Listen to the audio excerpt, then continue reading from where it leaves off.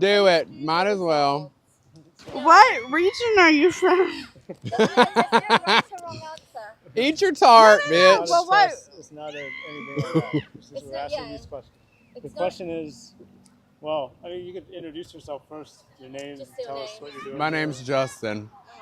Alright, I'm a travel nurse. Okay. nice. I'm Amanda. I am also a travel nurse. Sweet. Okay. Question is it humans or animals? I have no idea. No, I mean a nurse for animals. Oh, animals. Oh, Both For of us. humans. Animals. She said, I don't know.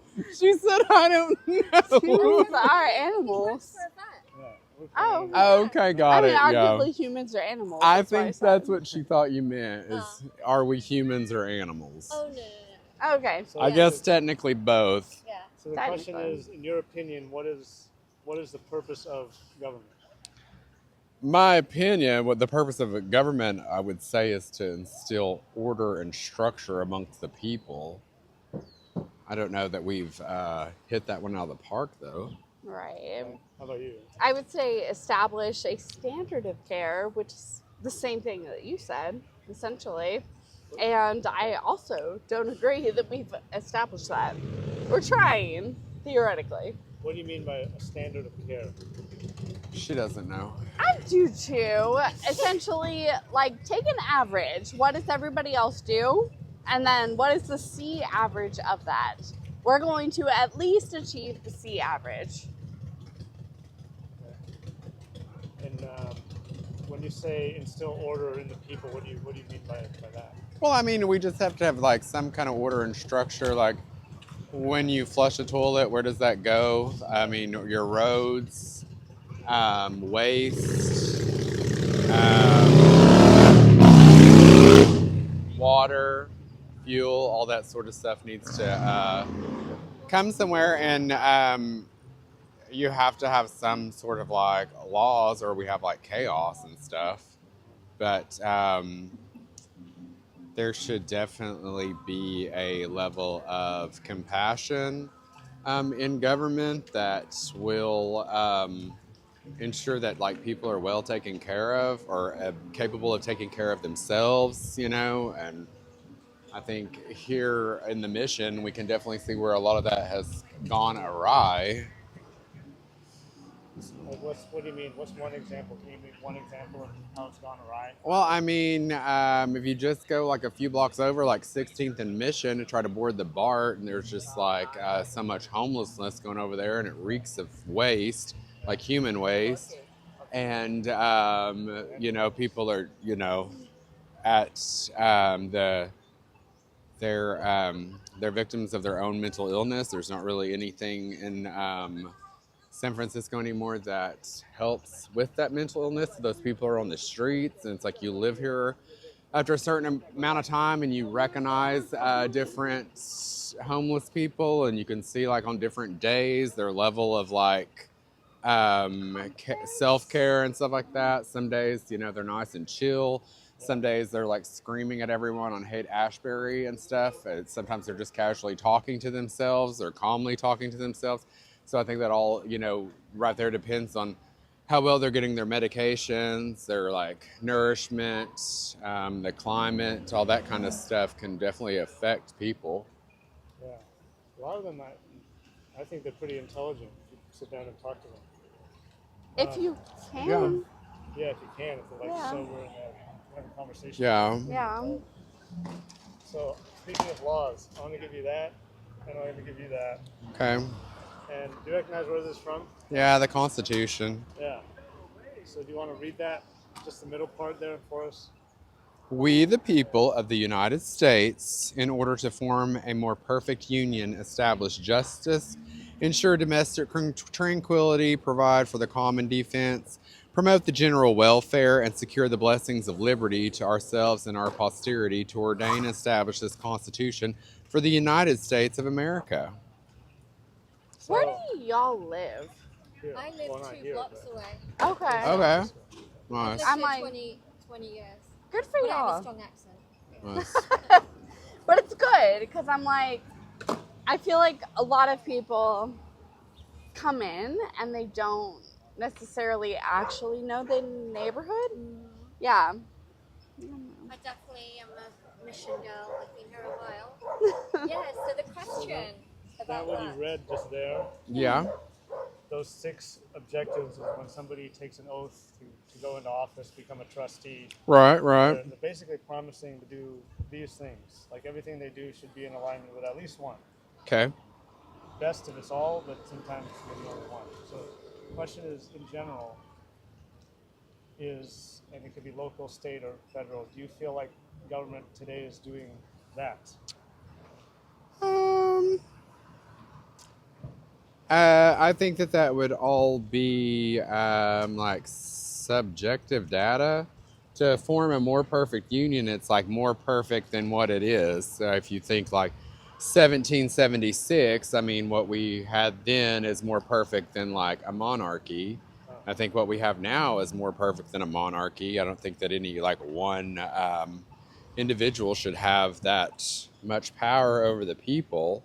I think perfect is a moving target Very much so. forever.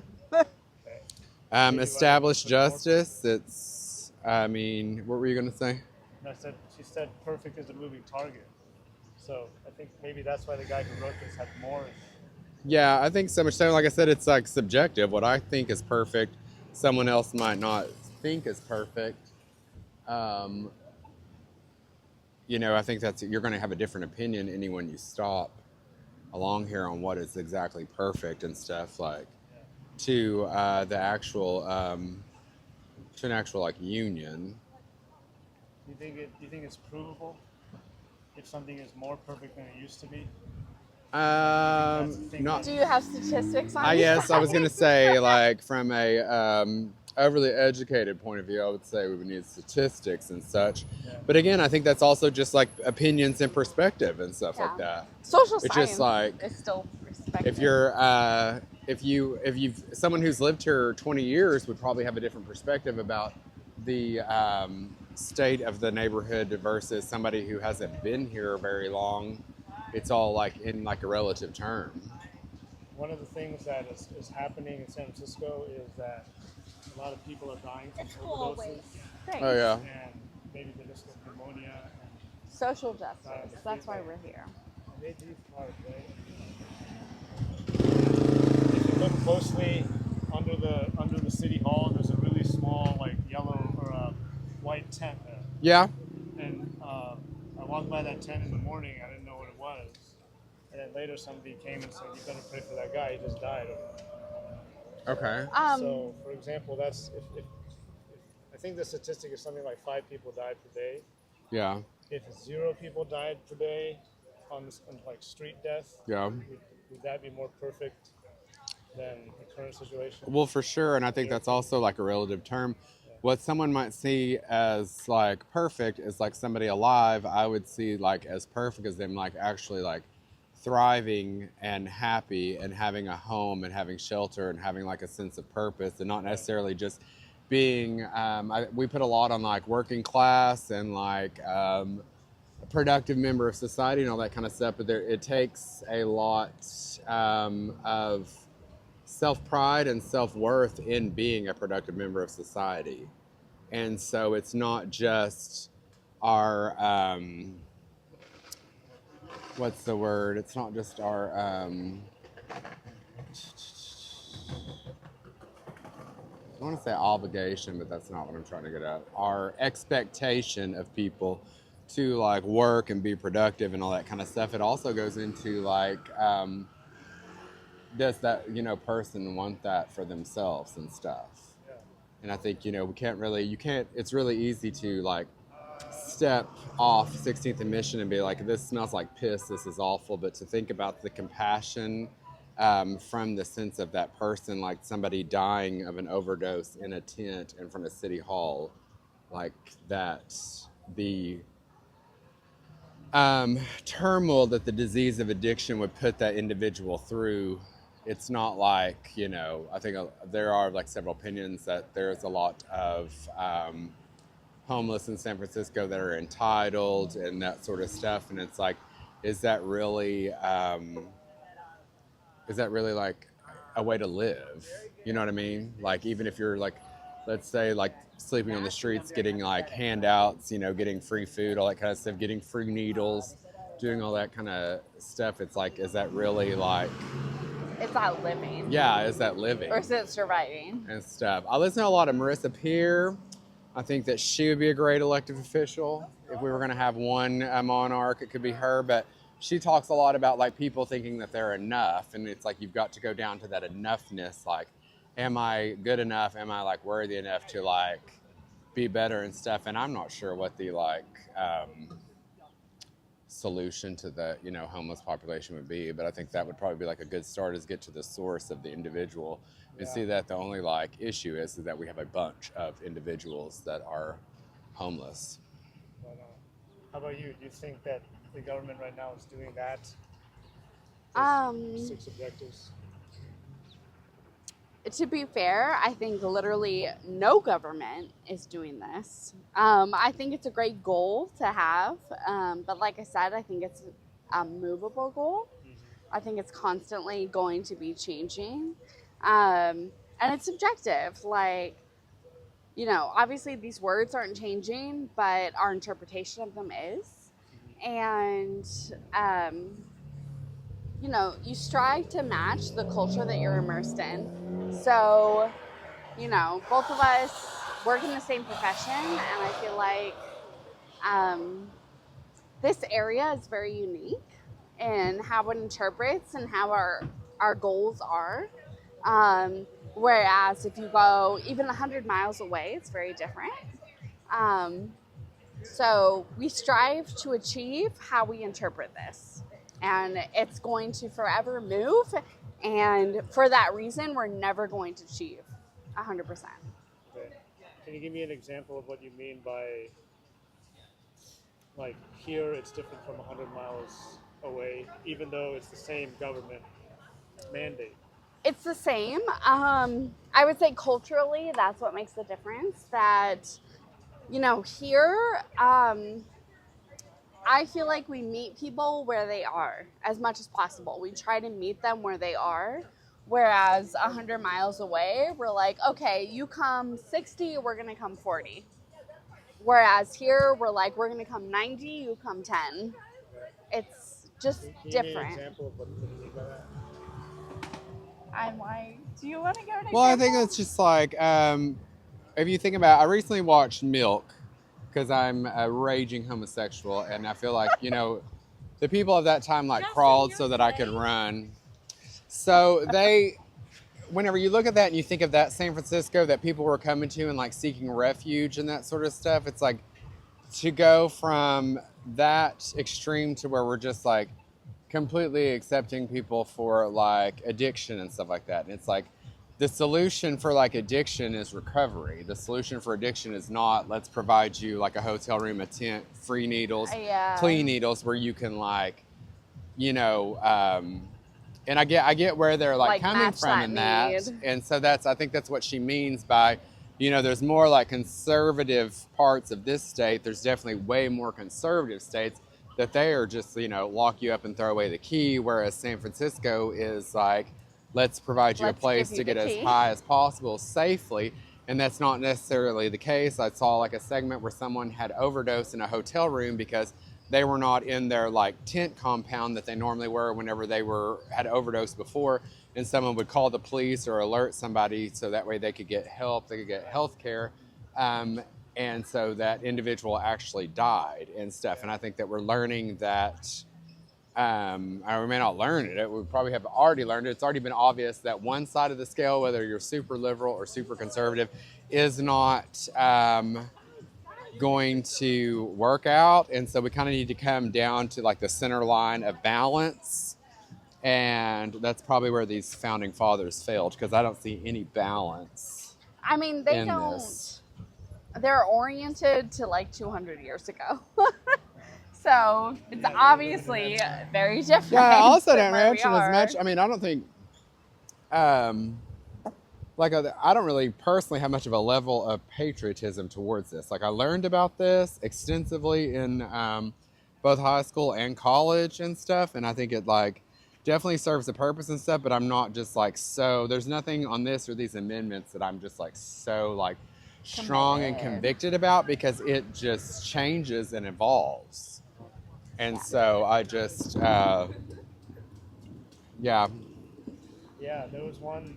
There was one founding father who was like, we should base things on principles, because things change over time. yeah, And like now have space travel to the moon and we're trying to go to Mars, right? So yeah, back then they had no idea that would be a case. So right. How do you make It was a flat Earth. Yeah, fucking- let How do you alone make other it- things. how do you make how do you make a company called government or United States of America that would be able to? And change is always good because change is always happening. So I mean, you have to change Yeah. and stuff. And once what was like considered like progressive is now just like a norm. Like a woman able to like have a career, have like very good careers, having very conservative like Progressive homosexuals is a not minimum dying standard. for being homosexual, like freedom of religion, freedom of speech, all that kind of shit. It's just like once upon a time, a woman was expected to be in a corset. She couldn't like vote. She couldn't own property. She couldn't do all that. Like, let's not even like step into like the heaviness of racism and like, just like the civil rights movements and all that kind of shit that people had to battle through. That just seems like so like senseless right now. Like the people who wrote this like owned slaves and as they owned other human beings as property. Like I'm not necessarily just like so convicted in their beliefs or what they stood for that I'm just like the Constitution means so much to me. I really think that it's more about the people that they were like it says we the people. It's more about like those people and the like productive member society versus the people selling Head and Shoulders shooting up like a few blocks away like they're still the same. I mean, they're still people. It's better microwaved. You said that San Francisco is like a sanctuary, right? Yeah, for sure. I'm here to rescue Justin. Say that, I feel like that's the blessings of liberty. You want These are Yeah. PhD students. I'm almost sure. Or a perfect union. I think a big failure amongst human beings. I read in a book by Abraham Hicks is that we think that what we if it wasn't our you, you just experience, wander I'm off, paraphrasing, and that's also our fine. experience, our Do what beliefs, makes you happy. But our this- religion, all of that I don't give a shit. is so Whatever much you wanna more do. superior Do than what makes you happy. someone But else's. this is an Which awesome that's not part, necessarily so the it's case nice at all. Like to it's just, like, that's watch that's the our dog that energy that and be like, oh, Abraham this said that's is one the of our happiest greatest summer. mistakes You're as a a human hero beings, spark. and I like that really Oriented. resonates with me, and I agree with that because it's I love Justin, and he's so just great. because So having something these is different from conversations. my experience or something's different from a belief that I was brought up, because really a belief is just These a are thought PhDs. that you think of over and over. And a lot of our like beliefs and stuff were programmed in us like before the ages of 7 and stuff like that. So before the age of 7, I didn't know anything about sex or sexuality or government or any of that kind of stuff. So it's like it's pretty much what is like programmed into you. The ages 7, do you mean before you were 7 years old? Yeah, from like 0 to 7, like you can program anyone to think anything Yeah, interesting. from the ages of 0 to 7. Like that's where like a majority of your like religious beliefs, racist beliefs, all that kind of stuff comes from The that. formative years. Like you can put like you can put a group of children together and they're not really going to, they may see differences in themselves, but they're not going to really separate They don't see themselves without They're not going to act the upon assistance of adults letting them know Yeah. that there's something different from that. And a lot of that comes from, it either like stems from like hate, or it can also just stem from defense, because they're, they've been either like a victim of racism and therefore want to protect their children from that. People fear what they don't understand. Yeah, Yeah. absolutely. My sister had an Asian friend, and she never even thought about it until somebody said something. And then Yeah. suddenly it was an issue. No, it wasn't. It was just, oh, that's interesting. She's Asian. I didn't know that. Right. She's Asian, So so are we. now based on this, right? Whose responsibility is it ultimately to make sure government does this stuff? We the people. Individual. Yeah. We the people, individual. Who Yeah. You mean yourself? Yeah. Okay. I think maybe the government like encourages or promotes you to do self-reflection, but um, I would argue it's like near impossible to direct hundreds of thousands of people To what? to direct. To direct. Okay. Yeah, that essentially this comes down to each individual as is, and only that individual is responsible. Can the individual direct themselves? I would hope so. Right? Yeah, as Like long maybe as they don't have to. You don't have to direct me, but you can direct yourself, and I can direct myself. exactly, as long as you are um, physiologically competent, Yeah. like more or less, like Yeah. that is your job to yourself and to the rest of society is to Self-govern. yeah, exactly. Everything just goes So so you're much smoother optimistic. when it's in order. It doesn't matter what side of the scale that you stand on or what your beliefs are. Like when we're in order, like our trash goes in the trash cans, Yeah. and the recycle goes in the recycle bin. All that kind of stuff goes in order. Whenever you walk, when the crosswalk says to walk, when you stop when the light is red, like all this kind of stuff is in place for like a purpose. Yeah. Like government can often turn into this great big machine. You know, there's all the like shit with tax laws and all that kind of stuff that goes along with it. But as far as like the actual order, which was like my original answer, like that sort of stuff is in place like for safety most of all than it is for so much like trying to like govern or hold like people down. It's like we don't want you to cross that street until the light comes on because cars are moving, and cars and pedestrians don't really go well unless they're following the appropriate lights. Right. Do you think that? Do you have an optimistic attitude that the people can figure this out, or do you think that it's impossible? I mean, I think that's very possible, but I think there's a lot of like programming involved. Yeah. And there's, you know, with the technological days and like scrolling and all that kind of stuff, you can just get like one little glimpse of information. You can really alter opinions like pretty quickly. And I'm, you know, guilty of that too. I can watch one documentary and completely change my entire like lifestyle in 20 minutes. So, I mean, that can either New go, information? that can go Yeah. good or bad, That you know, assume depending is on good. Yeah. Okay. where you're at on that. I Thanks think. go ahead. Oh no, I was gonna say I think literally you will never achieve 100%. Okay. Like that is literally impossible when you set the goal for 100%. But the best you will ever get is maybe 99%, and that's also nearly impossible. It's a stretch goal. Yeah. But that's what you aim for, and you hope for the best. All right. Cool. Thanks for participating. Yeah, Do you for have sure. anything else you want to say? Anything else? No. Final thoughts, whatever. Please just edit that so we sound intelligent. All right. Please do, yeah. Well, I appreciate it. And what are This, your names, just so that maybe if you'd like to be invited to the screening But yeah, my name eventually? Justin. Justin. Amanda. Yeah. Justin I wear Payne. this like I have my 983@yahoo.com. Justin So Payne. here, Look at if you, you, if you write A-Y-N-E. if you want to write your Oh, number, okay, yeah. I can invite you when we're gonna show it. So, okay, so you guys do live locally.